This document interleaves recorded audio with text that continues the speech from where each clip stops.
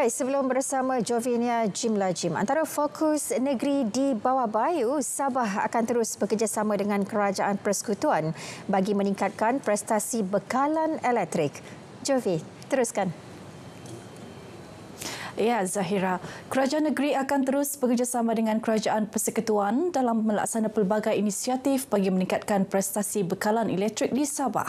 Ini termasuk inisiatif dirangka berdasarkan kuasa kawal selia oleh Energy Commission of Sabah (ECOS) dalam Pelan Induk dan Hala 7 Tenaga Sabah 2040. Ketua Menteri Datuk Seri Panglima Haji Chinor berkata meskipun kuasa kawal selia bekalan elektrik telah diserahkan kepada kerajaan negeri, beliau berharap kedua pihak tetap komited memberikan kemudahan terbaik kepada rakyat. Beliau berucap sempena program Sabah Electricity bersama komuniti Rumah Terbuka Krismas 2024 dan Tahun Baharu 2025 di Dewan Sulaman. Teks ucapannya disampaikan Timbalan Ketua Menteri Datuk Syed Helmi Yahya. Majlis turut dihadiri Timbalan Perdana Menteri Datuk Seri Fadilah Yusof. Dalam ucapannya, Datuk Haji Chin memberitahu faktor utama masalah bekalan elektrik di Sabah tidak hanya berkaitan dengan masalah kekurangan kapasiti pencanaan tetapi ditambah dengan kenaikan beban pengguna akibat pertumbuhan ekonomi pesat. Justru kerajaan negeri fokus terhadap usaha memastikan pelan pembangunan pencanaan jangka pendek berjaya dilaksana bagi mencapai jidar simpanan kapasiti pencanaan ke tahap 30%. Bagi memastikan kejayaan itu dapat menambah baik situasi bekalan elektrik di Sabah, ECOS akan terus bekerjasama dengan Sabah Electricity dalam memudah cara dan memberi sokongan bagi melaksanakan pelan transformasi Sabah Electricity. Pelbagai usaha dilaksanakan bagi menangani masalah air di Sabah. Ini termasuk melaksanakan penyelenggaraan paip air lebih kerap bagi meminimumkan gangguan bekalan air. Timbalan Ketua Menteri Datuk Syed Helmi Yahya berkata projek Nektara Floji Rawatan Air LRA Kogopon 2 yang dijangka siap tahun depan juga dilihat dapat menambah kapasiti pengeluaran air terawat bagi kawasan Papar dan Putatan. Selain itu, pembinaan empangan hidroelektrik Ulu Padas di Tenem juga dapat membekalkan sumber air mentah ke kawasan Kimanis, Papar dan Putatan. Jadi itu adalah bekalan air jangka masa panjang yang boleh melebihi 50 tahun.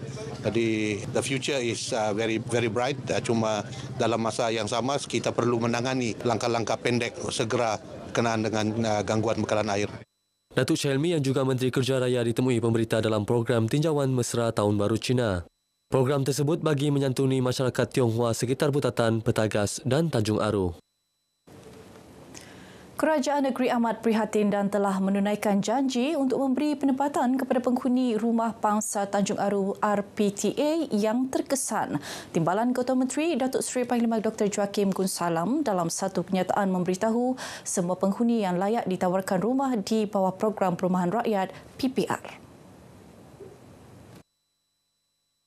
Menurutnya, kebanyakan penghuni RPTA juga telah memberi kerjasama untuk berpindah kerana memahami keadaan dan tujuan sebenar kerajaan.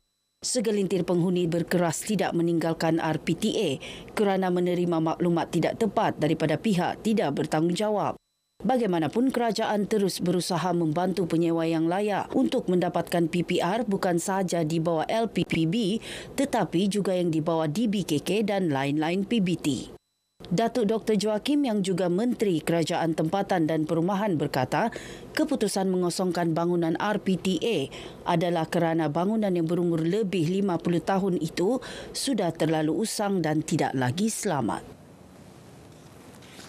Susulan rakaman video tular mendakwa kaki tangan sebuah masjid di Kota Kinabalu menghalang pelancong asing mengambil gambar sebelum membuat pembayaran. Menteri Sains, Teknologi dan Inovasi Datuk Dr. Muhammad Arifin Muhammad Arif yang juga Exco Pendidikan dan Agama memberitahu pihaknya akan mendapatkan maklumat terperinci berkenaan isu tersebut. Tanggungjawab kita sebagai jawatan kuasa masjid atau siapa saja yang berada di masjid mesti kita menjaga adab, mengalu-alukan siapa saja jamaah atau malah pelancong pun kita perlu menyantuni mereka dengan baik. Tapi dalam kes ini saya akan dapatkan maklumat dulu. Sementara itu, Pengarah Pelancongan Masjid Bandaraya Kota Kinabalu MBRKK Latif Laid ketika dihubungi RTM memaklumkan kejadian berlaku Khamis lalu. Ketika kejadian, kaki tangan pelancongan MBRKK telah memberi penjelasan mengenai pembayaran kepada pelancong berkenaan namun tidak diendahkan selain bertindak kasar dan menepis halangan daripada memasuki kawasan larangan. MBRKK akan menangani isu berkenaan secara berperingkat, cekap dan tidak bertindak secara melulu.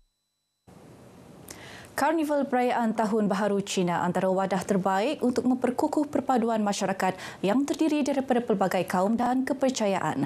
Adun Kuala Penyu Datuk Limus Juri berkata, karnival seumpama juga wajar diteruskan bagi memberi peluang kepada pemimpin mendekati rakyat. Karnival ini patut diteruskan kerana begitu ramai sambutan dan bukan saja warga Tinghua yang menganutkan merayakan Tahun Baru Cina, tapi ramai orang yang bukan merayakan Tahun Baru pun datang untuk melihat dan juga terus mengunjungi karnival ini. Jadi saya berharap karnival ini terus dijayakan dan juga terus dijayakan di tahun-tahun akan datang. Datuk Limus yang juga pembantu Menteri Kerja Raya ditemui pemberita selepas menghadiri Karnival Perayaan Tahun Baru Cina peringkat daerah Kuala Penyu. Beliau turut menasihati orang ramai supaya berbelanja secara berhemah sepanjang perayaan dengan mengambil kira harga barangan keperluan ketika ini. Pakatan Harapan PH Sabah komited memperkukuh kebersamaan rakyat pelbagai etnik di negeri ini menerusi penganjuran pelbagai sambutan perayaan. Pengerusinya Datuk Iwan Penedik berkata, pihaknya dan kerajaan madani juga memberi jaminan hak setiap rakyat terpelihara seperti termaktub dalam perlembagaan negara.